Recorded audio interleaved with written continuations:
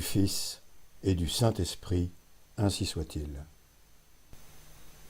Lecture de la 27e lettre du livre L'Angélus, écrit par Monseigneur Gaume, en rappelant encore une fois qu'il s'adresse à son ami Frédéric.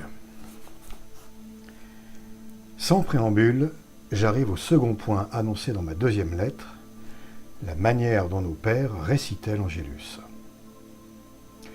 Croire que ce qui se passe aujourd'hui dans le monde, et surtout dans notre France, en matière de pratiques religieuses, se passait de même avant la renaissance du paganisme, serait une erreur grossière et très malsaine. Grossière, elle serait la négation du soleil en plein midi. Très malsaine, elle tendrait à nous autoriser dans notre coupable et stupide indifférence. La vérité est qu'entre nos pères et nous, grande est la différence. Et cette différence, il faut bien le dire, est loin d'être à notre avantage. Déjà, dans notre correspondance, tu as vu que dès le commencement du Moyen-Âge, certaines églises, entre autres le diocèse de Saintes, récitaient fidèlement la salutation angélique au premier coup de la cloche du couvre-feu. Tu sais de plus l'extension donnée par le pape Jean XXII à cette salutaire pratique, un des éléments de notre Angélus. Prière du soir d'abord, ensuite prière du matin, elle finit par devenir prière du midi. Ce fut, comme je l'ai indiqué, et comme je vais le montrer de nouveau, le pape Calixte III qui ordonna cette troisième sonnerie. Voici ce que nous lisons dans les historiens des papes écrivant à Rome, et mieux à même que personne, de connaître les actes des souverains pontifes. C'était l'an de l'incarnation 1455. Les Turcs venaient de s'emparer de Constantinople et de tout l'empire d'Orient, d'où ils avaient chassé les chrétiens. Les cérémonies de son couronnement à peine terminées, Calixte III réunit un consistoire dans lequel il annonça publiquement la croisade contre les Turcs et montra, écrit de sa main, le vœu qu'il avait formé de leur faire la guerre à outrance. Ce vœu était ainsi conçu. Moi, Calixte, je fais vœu au Dieu Tout-Puissant et à la Sainte et Indivisible Trinité de faire, par tous les moyens en mon pouvoir, la guerre aux Turcs, les plus cruels ennemis de nos chrétiens. En même temps, il ordonna la sonnerie et les prières de midi, afin d'attirer la bénédiction de Dieu sur les armées chrétiennes. Je ne fais aucune difficulté d'attribuer à ces prières la délivrance de Belgrade, assiégée par les Turcs.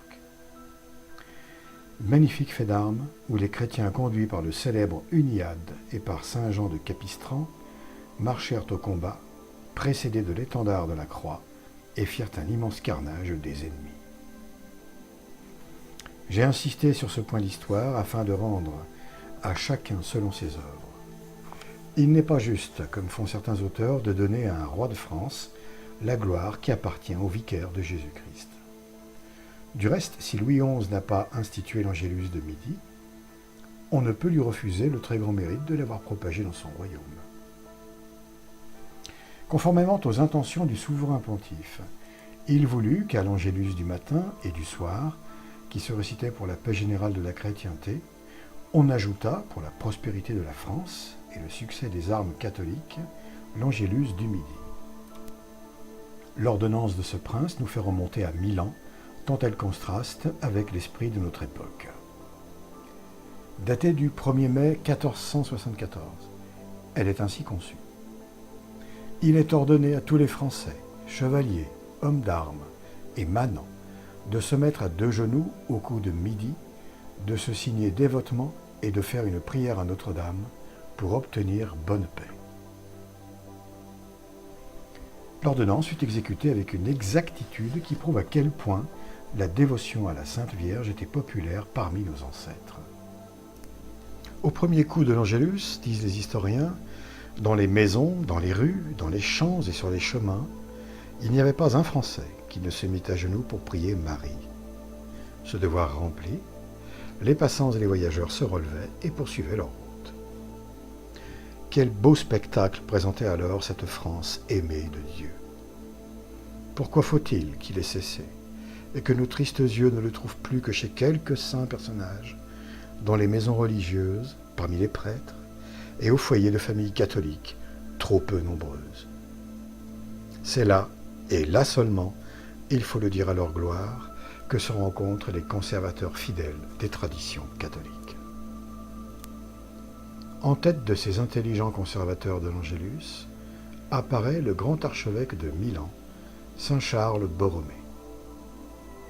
Lorsqu'il entendait sonner l'Angélus, écrit son historien, il se mettait aussitôt à genoux pour le réciter, quel que fût le lieu où il se trouva, fût-ce au milieu de la boue, ainsi que je l'ai vu moi-même. S'il était à cheval, il descendait pour le dire à genoux. À la suite de l'illustre cardinal, nous trouvons 2 siècles plus tard, marchant sur ses traces, un autre pontife 3 fois célèbre par sa science, par sa sainteté et par sa tendre dévotion envers Marie. J'ai nommé saint Alphonse de Liguori.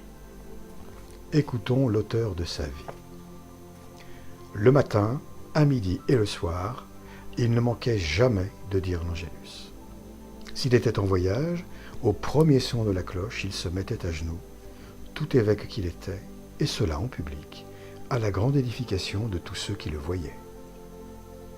Sur la fin de sa vie, étant devenu sourd, il voulait être averti du son de la cloche afin de faire la même chose. Arrivait-il qu'il prit son repas, il faisait retirer la petite table qui était devant lui, se jetait à genoux, la fourchette à la main, et restait comme en extase, au point qu'on était obligé de le faire se relever pour qu'il finît de prendre sa nourriture. Cependant, il est vrai de le dire, la voix du souverain pontife, jointe à celle du roi de France, fut assez longtemps écoutée. Ainsi, au XVIIe siècle, en France, en Italie, en Espagne et dans toute l'Europe catholique, l'Angélus se récitait encore généralement et publiquement. Les exceptions se comptaient. En preuve, un écrivain de cette époque rapporte l'anecdote suivante. 2 Français se cherchant l'un l'autre à Florence, sur la place du Vieux Palais, sans se pouvoir trouver, à cause de la grande foule qui regardait un baladin, on vint à sonner l'Angélus. Et tous les Italiens s'étant mis à genoux, les 2 Français se virent seuls, debout, et ainsi se retrouvèrent. À Venise, l'Angélus du soir était, il y a peu d'années, un moment solennel. Un roulement de tambour résonnait près des portes de la vieille basilique de Saint-Marc. Le poste présentait les armes. On aurait dit le passage d'un souverain ou d'une grande reine. Puis, un religieux silence se faisait dans la ville entière, sur la Piazzetta, sur le môle, sur les quais, et chacun saluait Marie. Qui pourrait compter combien de grâces obtenues par cette prière d'un instant? Naguère encore, dans les garnisons italiennes, le clairon sonnait l'Angélus 3 fois par jour. À Rome, avant l'invasion piémontaise, le canon du château Saint-Ange annonçait l'Angélus du midi. À part un petit nombre de civilisés, tout le monde se découvrait, même dans les rues, et récitait la vénérable prière. Aujourd'hui, les exceptions, hélas, sont partout en sens inverse. Au son de l'Angélus, le chrétien d'autrefois se mettait à genoux et regardait le ciel. Le chrétien de nos jours reste debout et regarde sa montre. Le turc et le chinois en font autant. Plus religieuse que la France, l'Espagne conserve encore, du moins dans plusieurs provinces, la pratique publique de l'Angélus. C'est un spectacle qui frappe vivement et agréablement les étrangers.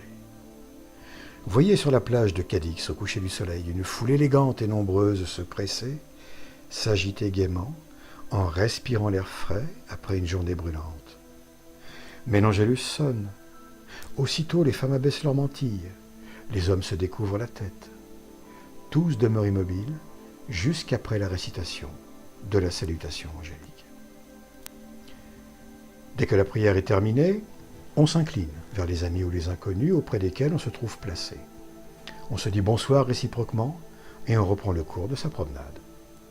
Il y a dans cette coutume quelque chose d'aimable et de fraternel, qui rappelle l'égalité et la charité chrétienne, presque autant que le pourrait faire un long sermon sur ses vertus. Grâce, sans doute, à l'exemple de l'Espagne, nos provinces françaises, voisines des Pyrénées, se sont montrées, jusqu'à ces derniers temps, fidèles à l'ancienne tradition. L'Angélus s'y récite publiquement par tout le monde et sans ombre de respect humain. Il y a quelques années, un de nos amis se trouvait à Pau. C'était un jour de foire. Les rues et les places étaient encombrées de marchands, d'acheteurs et de curieux. Suivant l'usage des méridionaux, les offres, les refus, les conditions de vente se faisaient en criant plutôt qu'en parlant. De là un bruit à ne pas s'entendre. Au moment où je m'y attendais le moins, dit l'ami dont je parle, un silence absolu s'établit sur toute la foire. Les hommes retirent leurs bérets ou leurs larges chapeaux et s'inclinent sur leurs bâtons. Les femmes se taisent et prennent, comme les hommes, l'attitude de la prière. Un spectacle si nouveau pour moi m'étonne, et j'en demande la raison à mon compagnon de promenade. « Il est midi, me dit-il, c'est l'Angélus qui sonne. » Des larmes me vinrent aux yeux. Je m'empressais de faire ma prière et je m'écriais « Pourquoi n'en est-il pas de même partout ?» Un instant après, la foire recommence avec la même animation. Mais un mouvement des cœurs s'était fait vers le ciel.